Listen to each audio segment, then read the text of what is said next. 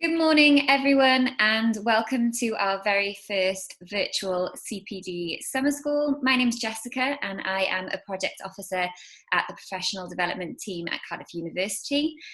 Just a few house rules before we get started this morning. As mentioned in the video, please pop any questions that you might have in the Q&A box. We're going to attempt to get to them throughout the session, so please pop them in there as soon as you think of them.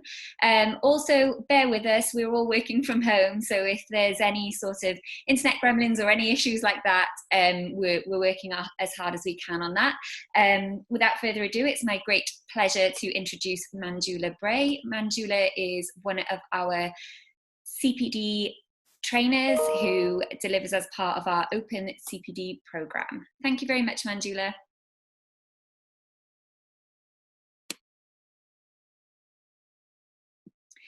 You're just on mute there, Manjula. Now I'm going to pretend that I intended that to happen, because on the Train the Trainer program, that is what I do. I open up the curtains and allow you to see how things are done from the trainer's perspective, because people normally come along because they are suddenly or have already been training for some time and need to refresh their skills. But very rarely do I get requests for online learning. And I'd like to kick off with a question. What is the difference between synchronous and asynchronous learning? And perhaps, as was mentioned in the introduction, you'd like to start by using the chat box to tell me if you know the difference between synchronous and asynchronous learning, while I get the slides up.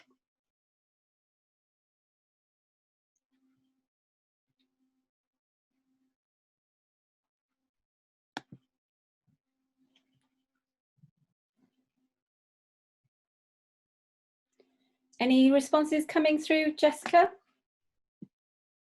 Yes, we've had quite a couple of responses. So synchronous is live and asynchronous is pre-recorded. Someone said they're not sure what those words mean. Someone said synchronous is real time, asynchronous is self-paced. Yeah, so asynchronous, yes, it can be self-paced because it's a recording of what I'm doing now. So Cardiff University are going to be able to use this recording for people to catch up on their learning, their missed learning, at a time that suits them. Whereas synchronous learning has the obvious advantage that you're able to interact and ask questions as you're learning. And there are lots of other words used in this space, like VLE, virtual learning, online learning, e-learning. But the main difference between the different types is it done live with a trainer there, or is it done as a recording that people can self-pace and access as and when? And today's session is very much about making that learning stick or sticky, hence the sticky toffee pudding there in front of your screen, making you hungry if you're feeling the rumbles already at 11 o'clock. I'm going to dabble around with some of the information that's trained in the actual the real face-to-face course as well, just to, I suppose, tempt you with something that actually is a 2-day course that I run with Cardiff. So let's get into it, making your online learning sticky. So I've made 3 learning objectives for this short 45-minute session. They look like this. I'd like you to be more aware of your individual differences in learning. Why is online content and delivery different? Why does it need to be different? And finally, I'd like you to take away something to upgrade your training so that it has the functionality to be delivered online. The main issue that you'll have if you've gone to training recently where people haven't really considered the different platform, as in a face-to-face training session with a trainer there versus online, virtually, and synchronous. And that is a real problem in terms of you as a recipient. Are you going to take away anything that is actually going to be utilized either in the workplace or in another context? So I did send some pre-work, and that is relevant with online learning because anything that is knowledge-based really needs to be done ahead of time. We haven't got time on the online platform or the capability to keep you engaged if I now ask you to read through something or answer a questionnaire. We've got much more time face-to-face versus online is usually short, sharp, because people can't be engaged for as long. You're virtually miles away from people. I mean, I don't know if anyone's logging in from different parts of the world. I'm in South Wales, where I often ask people to introduce themselves, but I gather there'll be a number of you in terms of where you are logging in from. But when you're miles away from people, you can't engage with them as readily as you can face-to-face. You've got that presence versus here, you have got to have amazingly good slides, and your voice is really, really important. If you're going to send people off to sleep because you have a monotonous voice, then it's not going to work. No one's going to learn anything. Emotion is central to all of this, and you get emotion from your content and how you deliver it. So those are my 3 objectives. And this is a summary of the personality differences that were highlighted in your profile if you had time to complete it. And I say if you have time, because actually your training is going to be delayed if people haven't done the pre-work. So you need to really be sure that people commit to doing that. I never organize training to with that assuming that everyone will do the pre-work.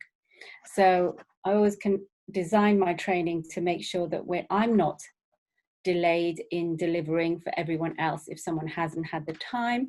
And it's not because they're being naughty like when we were at school. We're talking about adult learners here. The reason, though, that questionnaire is important, and we did have, didn't we, Jessica, one person asked, why do I need to do this?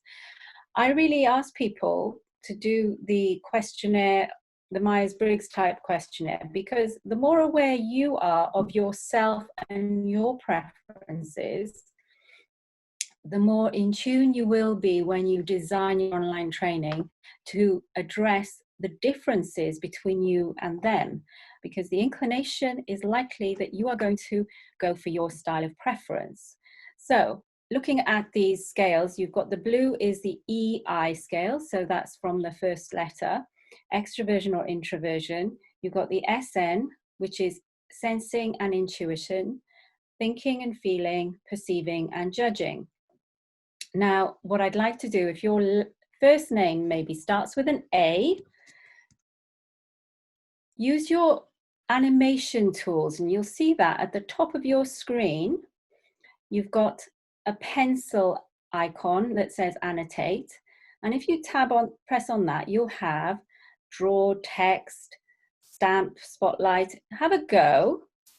Actually, if you're an A, what adjectives there in the first EI continuum, that's the first top two boxes, speak to you. Either tick or cross it out. See what you can do. In fact, actually, anyone, have a go. Try and get your annotating tools working and go to maybe text or draw.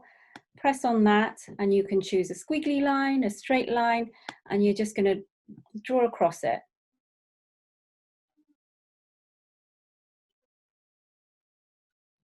Anyone prepared to have a go?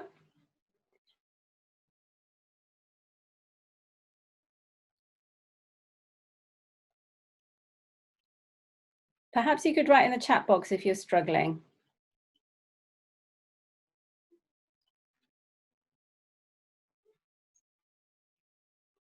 A few people don't have annotation tools. You can't see them. If you have a kind of wander with your mouse, either above the screen or below the screen, you should see a black bar come up. No annotation tools. Jess, are they allowed to? Perhaps they could pop their word that they identify with in the chat. Yeah. And that, this is great that the technology isn't working, because that happens a lot. And you have to have a plan B. And the chat box is often the best plan B to have. Okay, somebody has managed to find them. Now that will depend, possibly, usually have these, but this is totally different. Can't see them. I think we've got a lot of reflectives coming in, enthusiastic, expressive. So the important bit about this exercise, somebody has managed to use it. I have checked my controls, and this is what you do need to be aware of when you're doing online, really know where things are on your platform. I have checked that I can actually let you annotate, but different versions of, certainly I'm on a Mac, not everyone can use the annotation tools, but we'll go back to some of the other tools later. The important thing is you've got a plan B, you've got the chat box, and you can still communicate with your audience.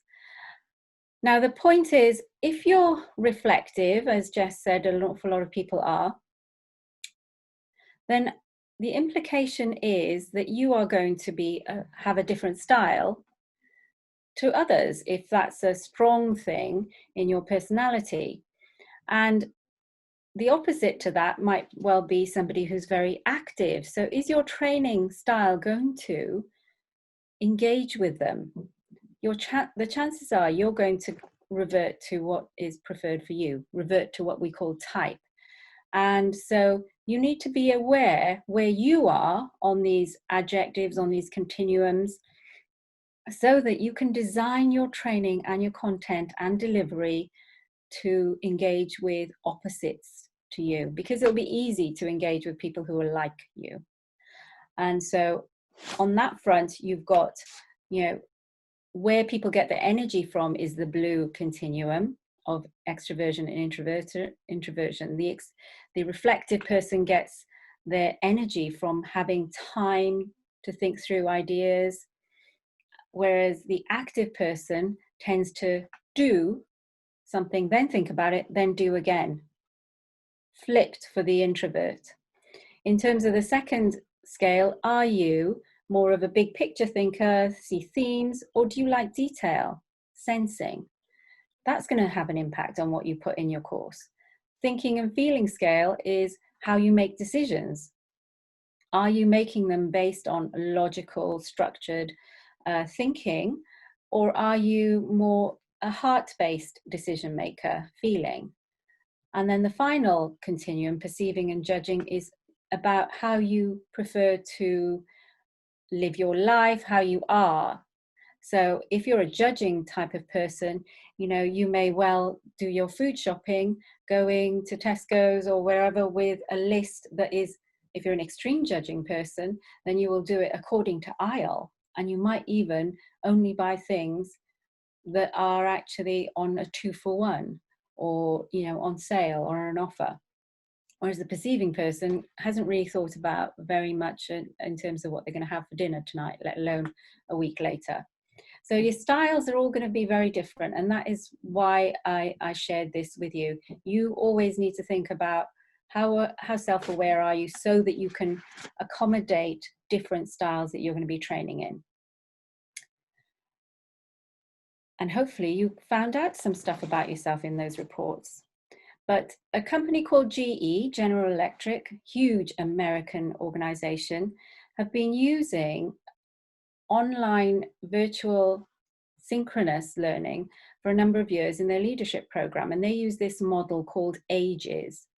And they use the 4 corners, if you like, as pillars in terms of how they deliver that leadership training globally to managers all over the world, leaders all over the world. And the 4 pillars, if you like, in terms of learning online: attention. You've got to be able to grab attention. It says 5 seconds is the attention span.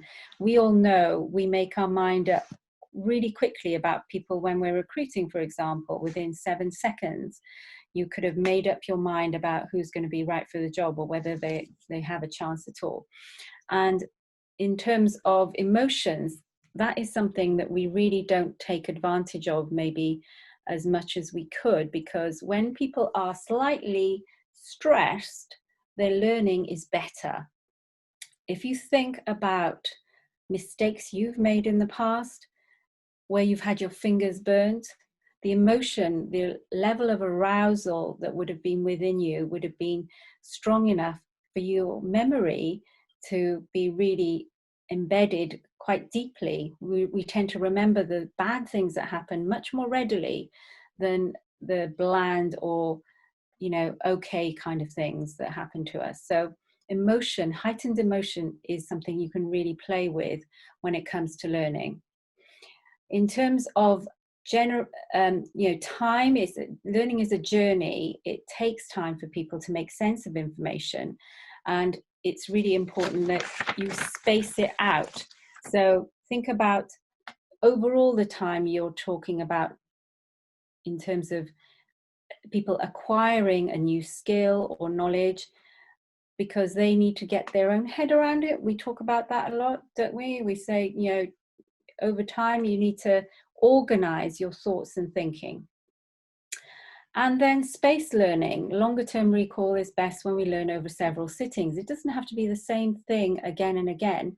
What it does need to be is actually spaced out in a logical fashion so that it will commit to that long-term memory rather than just short-term memory. If you think about Tony Buzan, he's the father of mind mapping, and he's written a book on language learning. For example, he says, if you're going to learn new vocabulary, you're talking about repeating it the day after, the week after, the month after, 3 months after, to really make it embed in that memory. So all of these 4 approaches to designing your content is going to be really important, not just in virtual learning, but it will make your learning wherever whatever the platform, more sticky. The cognitive triangle says that thoughts impact behavior, which impact feelings, which impact thoughts. It's a bit of a circular thing. And I'm going to say actually that, the school of thought is where it starts. Whatever you're thinking, you can have stinking thinking. So if you're negative thinking, then your behavior is not going to come out positive, is it? It's thinking is where it starts, your thoughts. If you're having unhealthy or toxic or unhelpful thoughts, then the likelihood is the behavior is not going to be great and the feelings that result aren't going to be great. So I don't often use the senses like sound, and I'd just like you to listen to this intro tune, and in the chat box pop in whether you recognize this song and if you know who sang it, what it's called. Okay, so get ready in the chat.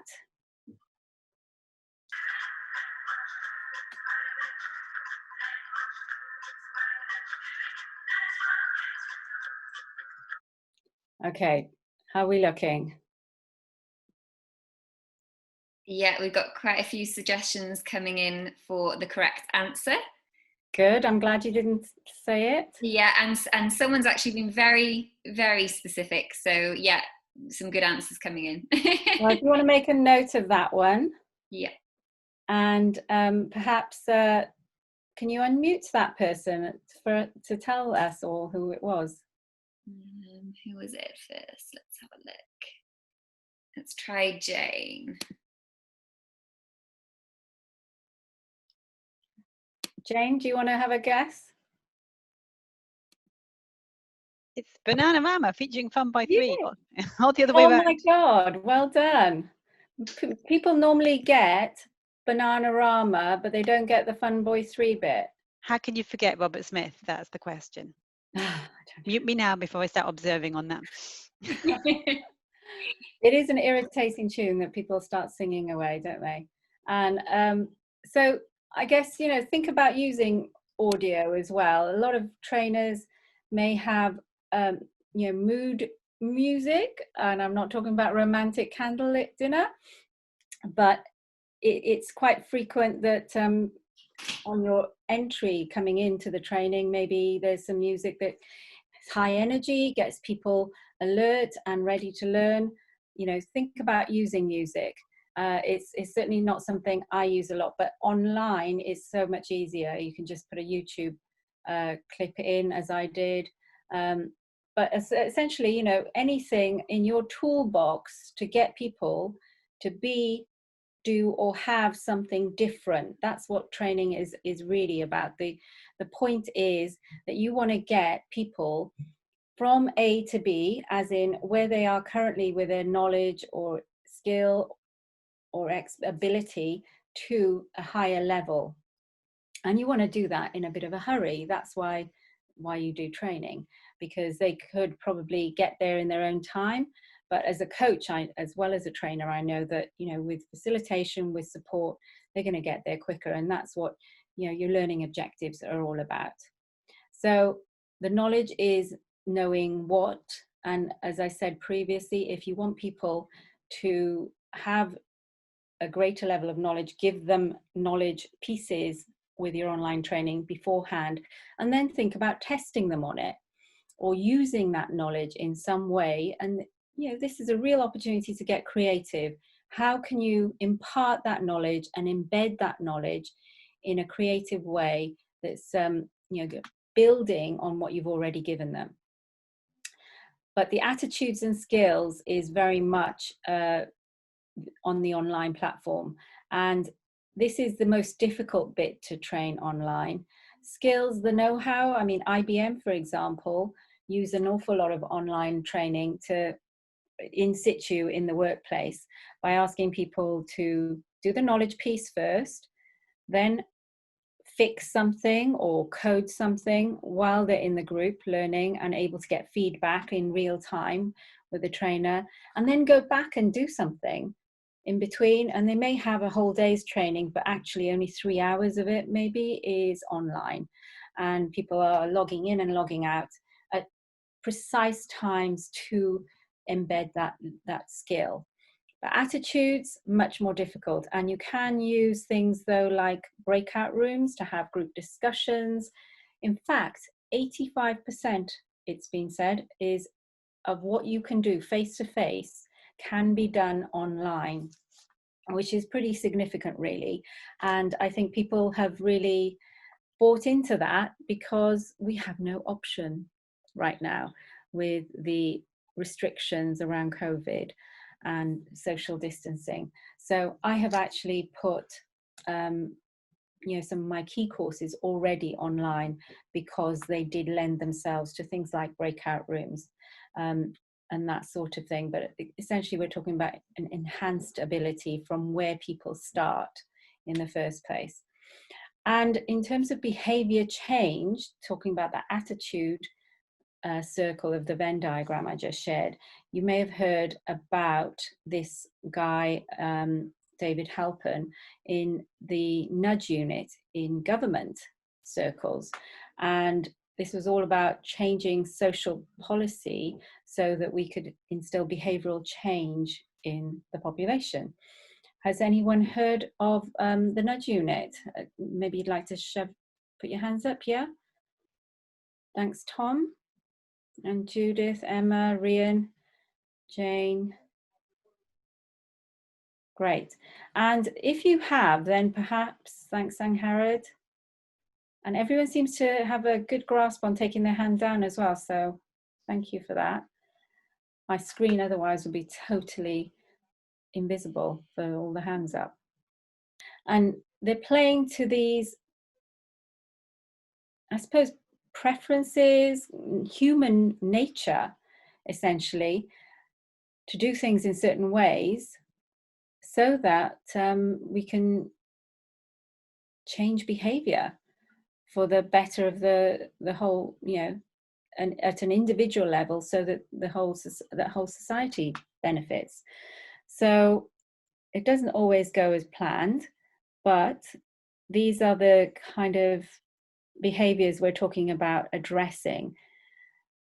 We might say habit might be something in terms of food and eating to address diabetes in terms of sugar, and our tendency to love sugary foods in the Western world particularly is causing major health problems for our nation.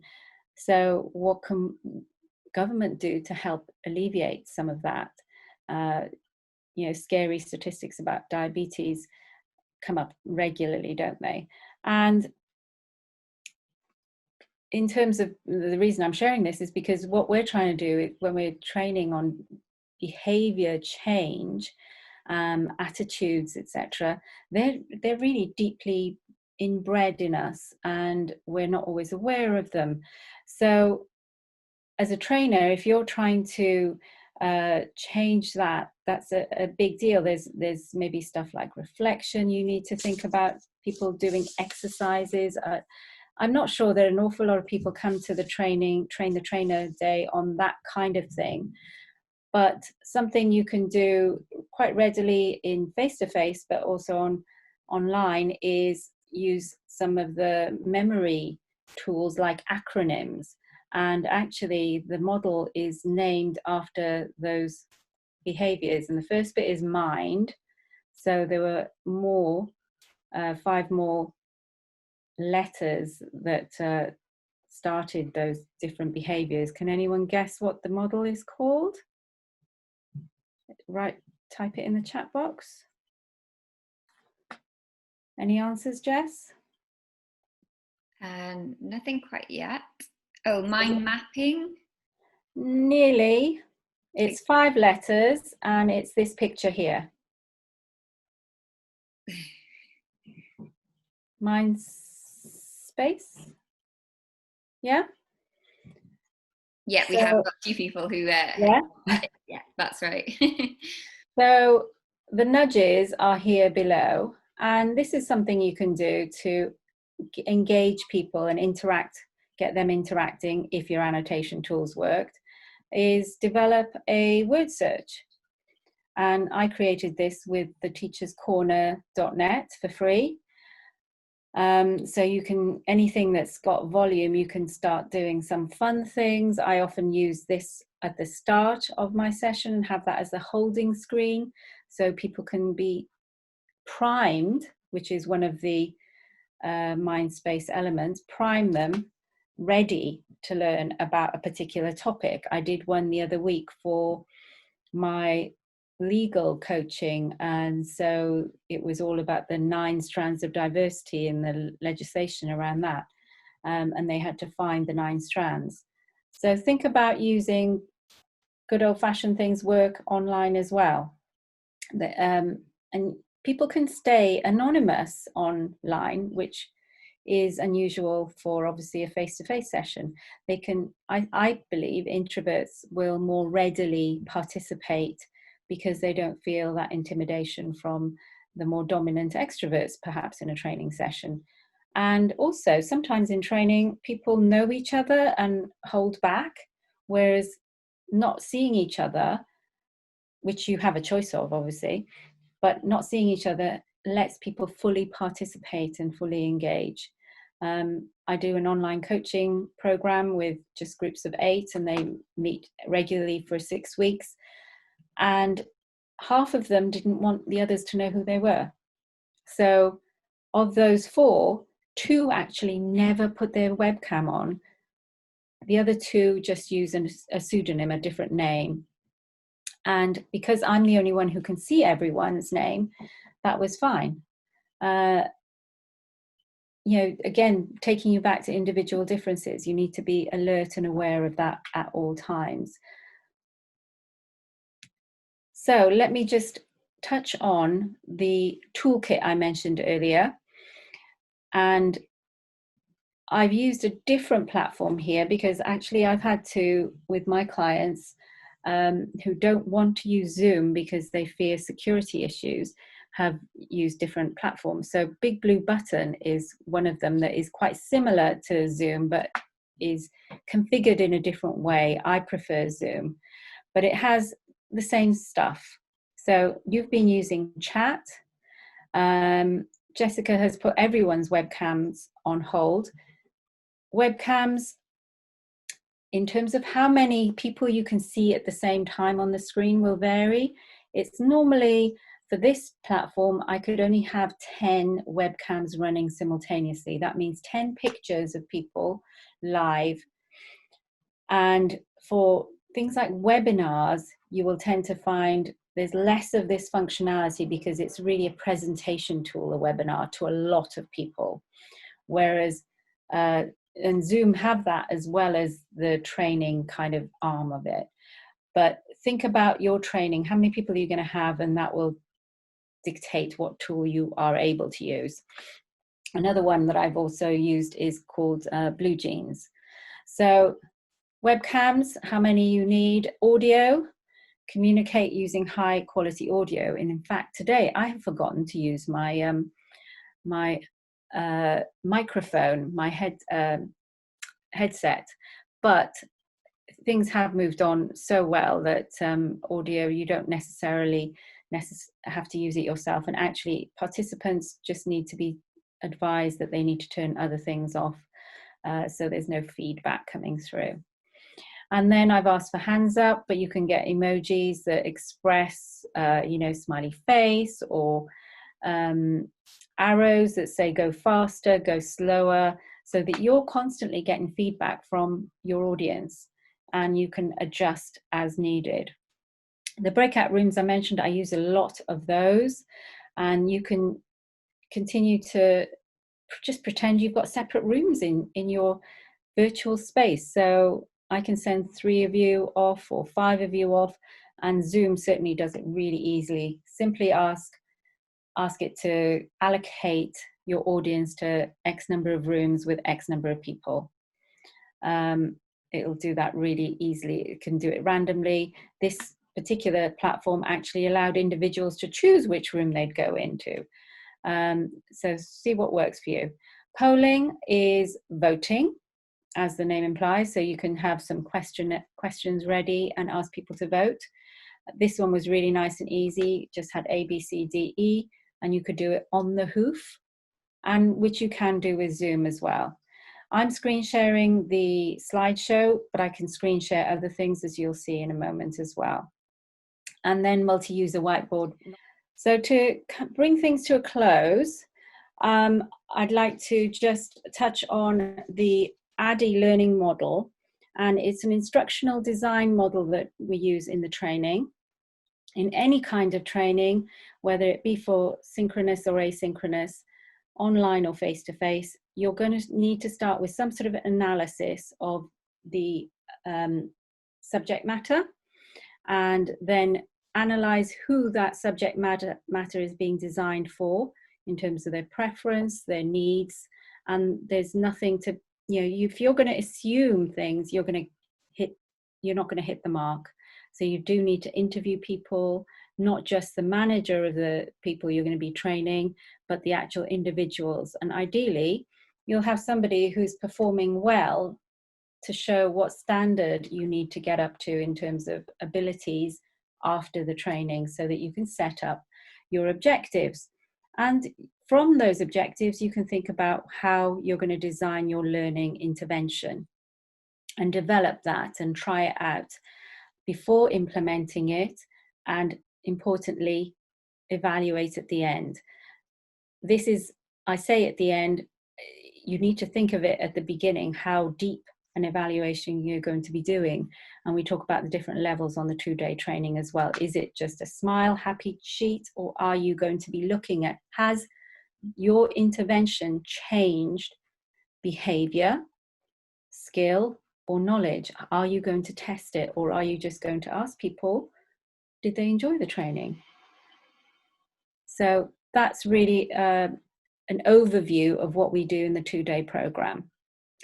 So some key things hopefully you'll take away from this session is that you need to know your learners, you need to know you before you can serve your learners best. And what's in it for them rather than what's in it for me. You'll have heard that acronym, WIIFM, but what's in it for them? Is it knowledge, skill, or behavior or attitude, or all of them? That will dictate what you design. But you need to really be clear what you want people to be able to do, be, or have at the end of your training intervention. Remember cognitive load. That's about how much the brain can take in.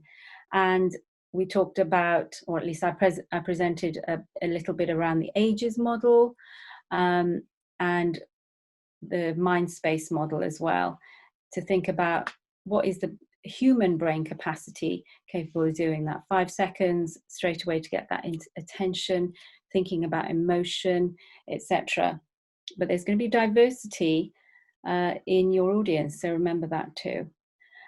I say gourmand versus buffet approach to delivery. So you haven't got time to cover everything, and online isn't the best way always to do it. A gourmand being a big meal versus picking at things in a buffet approach to delivery. So pick and mix. Emotions and senses for maximum engagement and retention.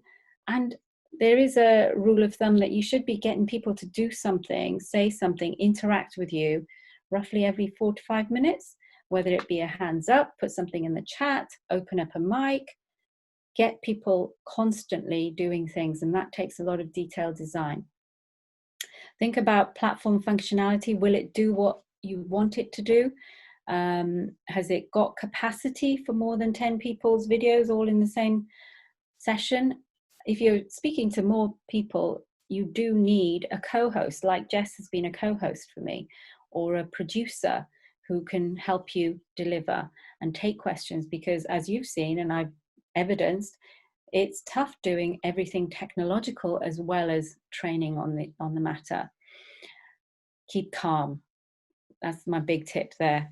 And then in terms of slides, making them really engaging and clear as possible, lots of visuals. Think about your logo. Does it dominate, or is it better? Are you better off having just a clear slide that does nothing but display that picture or that concept you want to share? And engage, as I said. So my last comment would be a maxim that I use when I'm designing, is going back and evaluating myself. What did I say or do when I could have asked you to say or do something? Engage, engage, engage as much as you possibly can. This hasn't been as interactive because of numbers, but when you're in a more intimate group size, you will be able to do that. So optimize that so that you have your learners go with you and hopefully achieve your objectives and their objectives for the learning. That is it. Short, sharp, and very fast hop, skip, and jump through some of the online training nuances that you need to think about when you design your training. So that's perfect. Yeah. Thank you so much, and thank you for everyone for attending this morning. It's great to see such great numbers, and hope everyone enjoys the rest of their day. Thank you very much. Yeah, thank you, and hope to see you soon. Thank you. Bye, Manjula. Bye.